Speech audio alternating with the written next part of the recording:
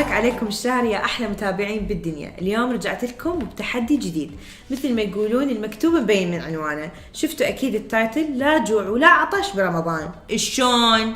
منو؟ ليش؟ شنو؟ أنا جبت لكم الحل. اليوم راح نسوي تحدي إنه نتحدى نفسنا نكون صحيين برمضان، بس مو صحيين نموت روحنا من الجوع، لا، بطريقة حلوة. نعرف شنو الأشياء اللي ناكلها، كم جلاس ماء نشرب باليوم، التفاصيل، السحور مالتنا، شنو الحلو اللي ناكله، شنو الأشياء اللي تعطشنا اللي تجوعنا، شلون نتجنبها. ما طولها عليكم، خليكم وياي. بس قبل ما نبلش الفيديو لا تنسون تشتركون بالقناة، عم تشوفون التحديات الجاية اللي راح نغير بها هواية أشياء بشهر رمضان. وبنفس الوقت اضغطوا على جرس التنبيه ولايك وكومنت وسبسكرايب وكل هالسوالف. فنبلش، بس أريد أقول لكم بس بعد سر صغير. اليوم أني جابت لكم ضيفة ولا أروع، ضيفة مختصة بهذه التفاصيل اللي راح تساعدنا بيها. خليها لكم مفاجأة ونروح نشوفها. يلا، جيت وجبت لكم دكتورة لما. حبيبتي مينا. طبعا خليني أعرف شوية عن دكتورة لما. دكتورة لما هي دكتورة she's a nutritionist، أوكي، أخصائية بالتغذية، وكل السوالف اللي إحنا دائما ننهزم منها ونتجنبها، بس هي تسويها بطريقة كلش حلوة. ساعدتني هواية، أوكي، إن أتخلص من وزني أو أغير اللايف ستايل مالتي. بس أنا يعني هواية أزاغل هاي اسوي الاشياء اللي من وراها، بس هي صراحه she's amazing. فاليوم قلت هي الوحيده اللي راح تقدر تقول لنا المعلومات المضمونه، لانه انا ما اريد اتفلسف براسكم صراحه.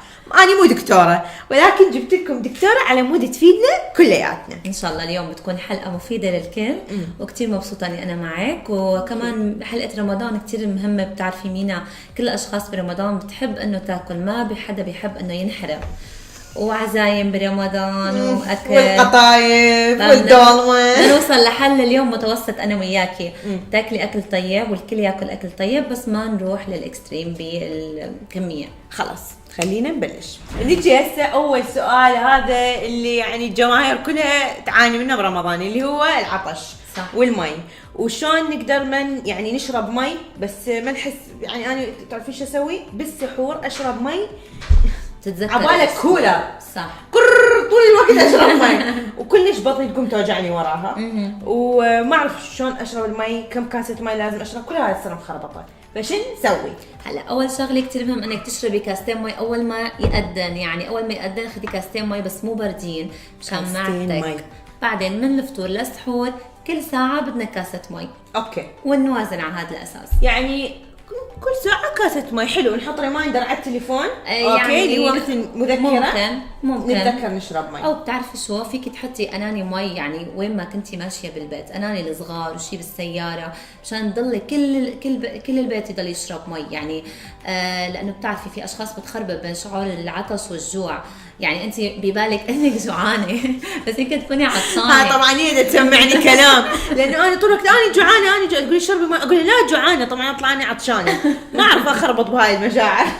هذه يكون يعني حلينا قصه سالفه المي. زين، بمناسبه انه انا عراقيه، اوكي، ما اعرف انتم همين شاركوني اذا انتم من الدول الثانيه اذا تشربون كثرة شاي مثل ما احنا نشربه. احنا عندنا الشاي العراقي اذا ما يكون مهيل وثقيل هذا احسه هو اصلا سبب العطش كله. صح، هو طيب كتير صراحة. انا يعني بموت على اهل العراق وبموت على الشاي العراقي. بحب اهل العراق كتير، والشاي تبعهم يعني فعلا هذا هو الشاي.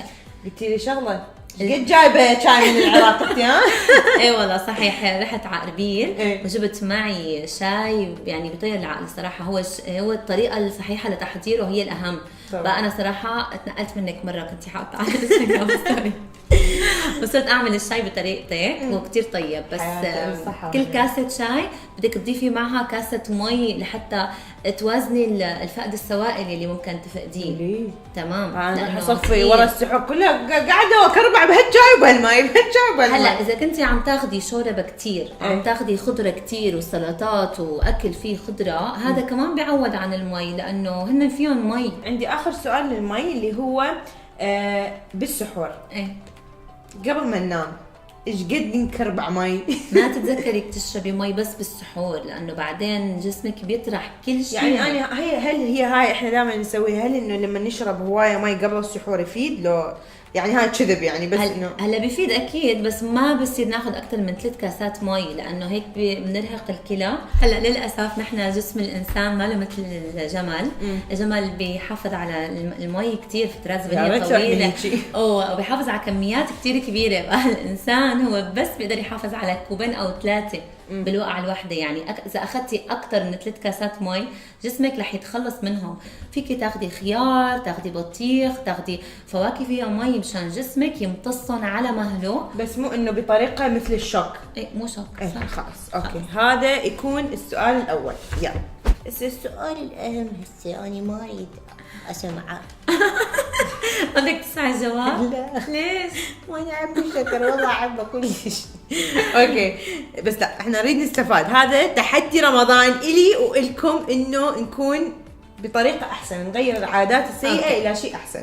شنو الشكر الاحسن اللي استخدامه؟ يعني نوع الشكر، لانه احنا نضيع يعني تروحين السوبر ماركت ما تعرفين شنو تختارين. 100% و100 نوع، وحتى يكتب لك هذا صحي وهذا مش شلون نعرف هذا الشيء؟ هلا اول شغله دائما السكر الطبيعي، يعني التمر، الفواكه، هذا فيه بقلبه السكر طبيعي.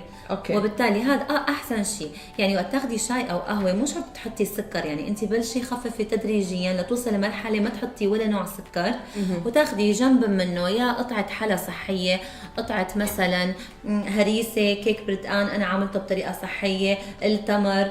هلا هدول الشغلات بنقدر نحن نحضرهم بالبيت بطريقه صحيه، بس اذا شو بدنا نحط شيء يحليهم، في عنا السكر طبيعي بيحلي بدون ما يعطي مرار. شو اسمه هذا؟ اذا مثلا اذا انتم تروحون للسوبر ماركت على يسهل للمتابعين يقدرون يشتروا. اوكي هلا في عنا نحن الستيفيا، نبات ستيفيا. هذا موجود منه السكر طبيعي. مو هيك اسم البراند، يعني في كتير منتجات معموله اسمه محلي طبيعي خالي السعرات مصنع من مواد طبيعيه. ستيفيا دقيقة، هاي جريدة لازم تكتبها. اسمه محلي طبيعي قليل السعرات. هذا الاسم لازم لما تريدون تروحون تشترون اي تشيز بشكر تقرون عليه هاي المعلومات. طبيعي، لانه بتعرفي مينا في كتير هلا سكرين، اسبرتام، المحلي اللي من الذرة، محلي من الصبار، محلي هذا ابدا ابدا ابدا ما تاخذوه، لانه هذا بس دعايات. محلي هدول الشغلات ما لهم مناح، لانه حتى محلي الصبار ومحلي الذرة هدول ما عم يكونوا 100% من الصبار والذرة، عم يحطوا لهم سكرين وهدول المواد اللي هي مصنعه. نحن خلينا نرجع على كل شيء طبيعي. أوكي. يعني معلقه العسل اذا صافي 100% عسل اللي يكون اصلي وصحي يعني سليم، يكون عارفين مصدره، هو افضل ب100 مره من السكر خالي السعرات. ولا طبعا. يعني هو انا ما بيهمني مينا قصه السعرات، بيهمني الفائده والصحه. صح. يعني معلقه العسل الكبيره اللي فيها 100 سعره انا بقدر اخذها واغذي حالي واستفيد، ولا اخذ السكرين الخالي من السعرات بس كله مضار على الجسم. هم صدق يعني واحد يكسر ويجبر ويجبر يا هذا ويا هذا.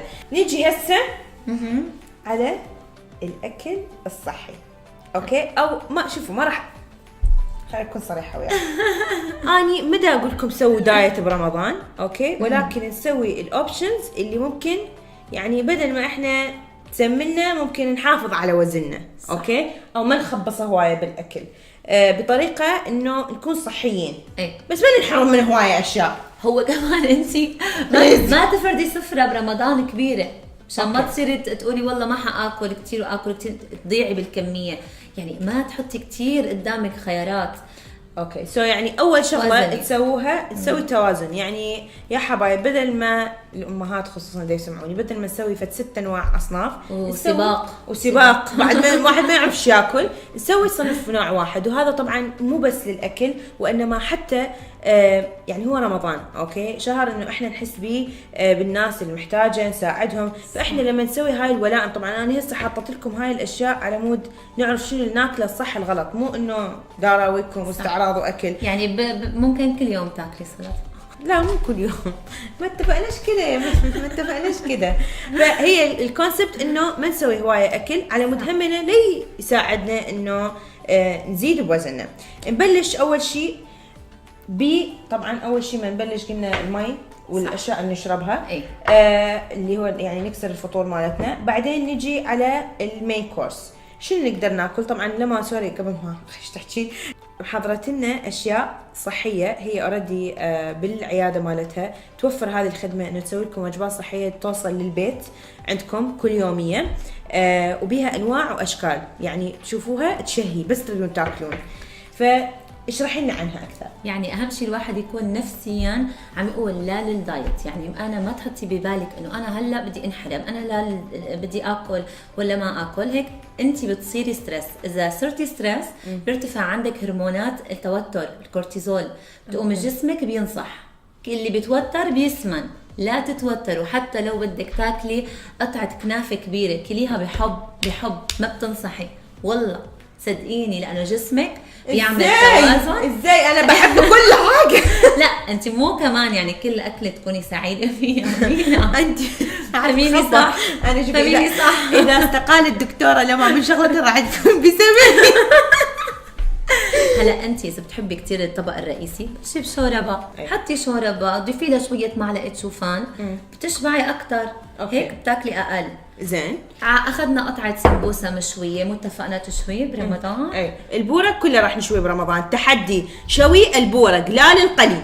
فيكي بالريشه هاشتاج فيكي بالريشه تعملي لها هيك على وجهها مشان شويه تطلع كرانشي، يعني مو كمان بلا اي زيت. هلا فيكي قبل ما تاخذي الطبق الرئيسي خليكي بلشي سلطه فتوش او سلطه معها هيك من نوع ثاني، يعني مثلا هاي السلطه حطيت لها انا بينز، حطيت لها شويه سالمون مشان تحسي انك فيها نكهه، مو بس خضره وخس وبندوره. سبيشلي في ناس مثلا مثلك بيملوا كثير من الخضره، يعني صرت اعرفك. قامت تعرف شنو المخابئ مالتي. بعد منا بناكل، ومو كل يوم تعملي لي رز كبير كميته، يوم رز، يوم كينوا، يوم برغل، يوم مثلا شيء مشوي.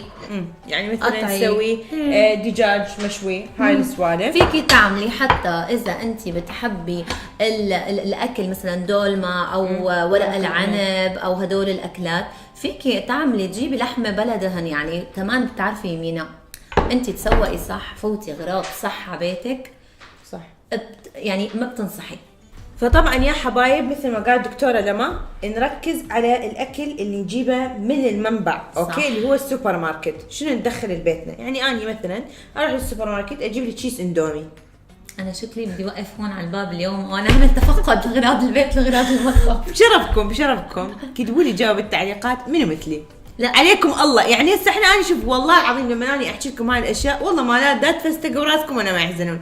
اني بني ادمه صريحه، احب اصارح نفسي، انا بحب الاندومي اعمل. طبعا بعدين هذا الفيديو ابد لا سبونسر لا دعايه الاندومي.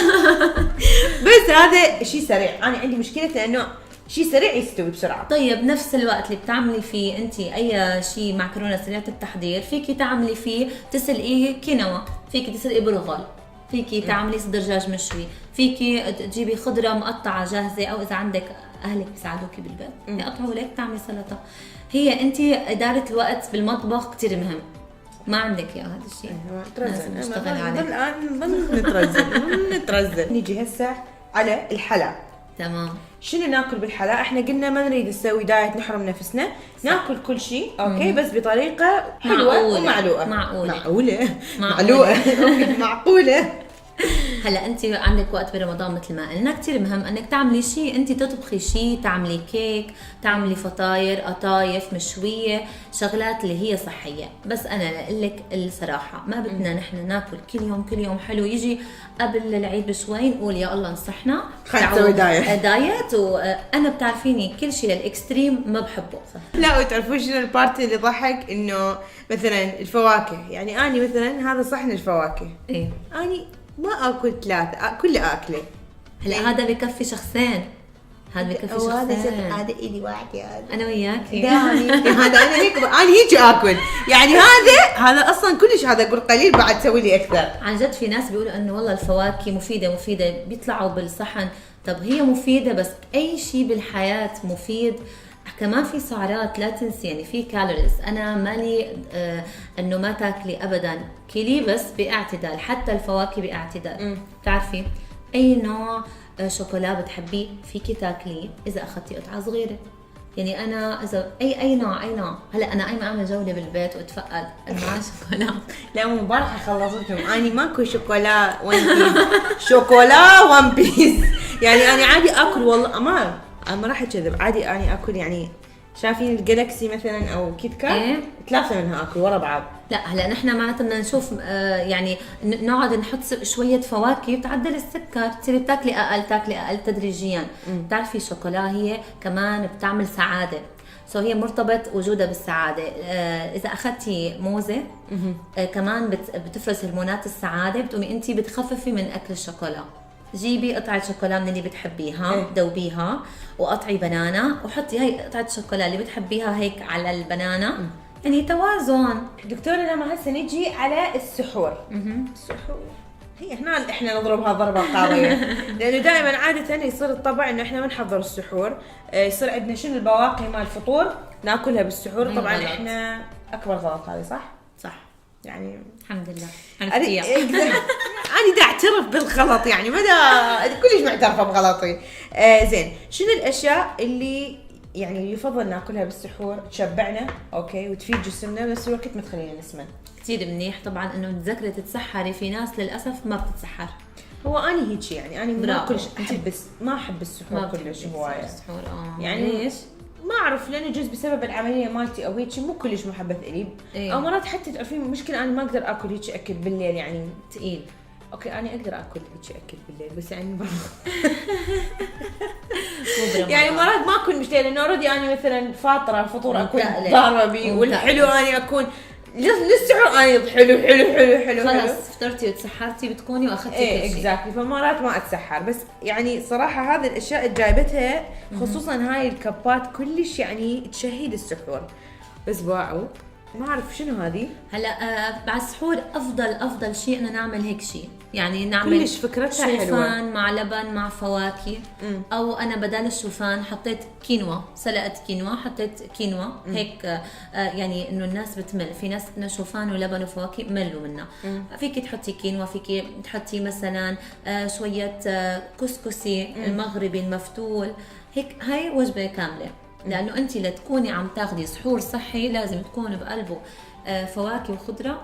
يعني خضره ممكن تحطي خياره جنبك، وفواكه يعني هي فيها فواكه وانت فيك تعمليها بالبيت طبعا. ولازم يكون على السحور في عندك بروتين لتشبعي ثاني يوم.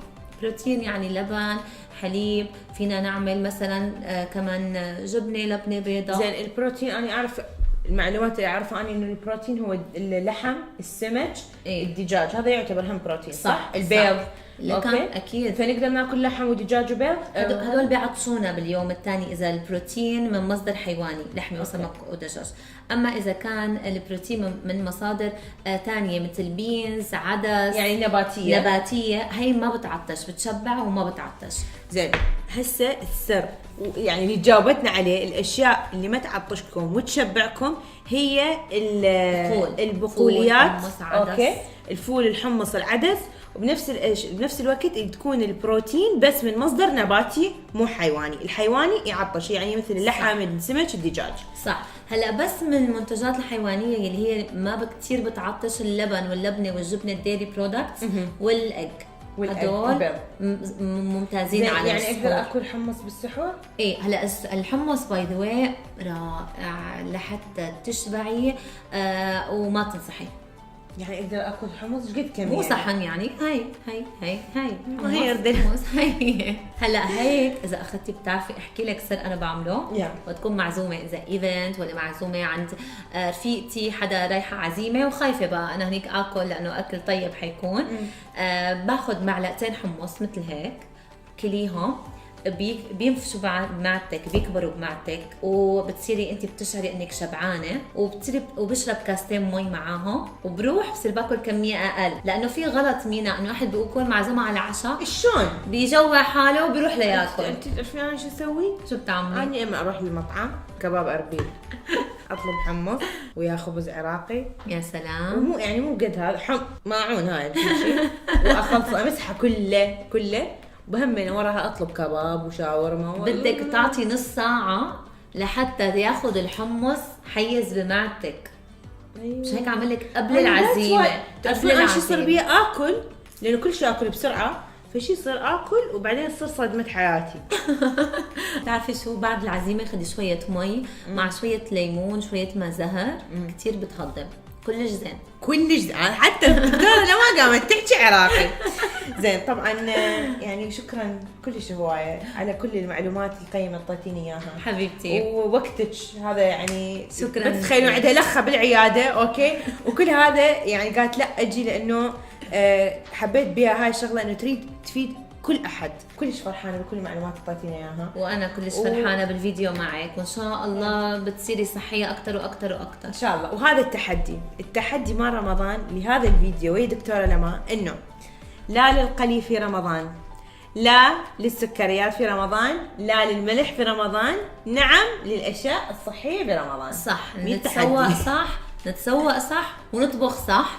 وقتها حتى لو اكلنا كميه شويه صغيره اكبر من الكميه المعتاده، صدقيني ما رح تنصحي برمضان.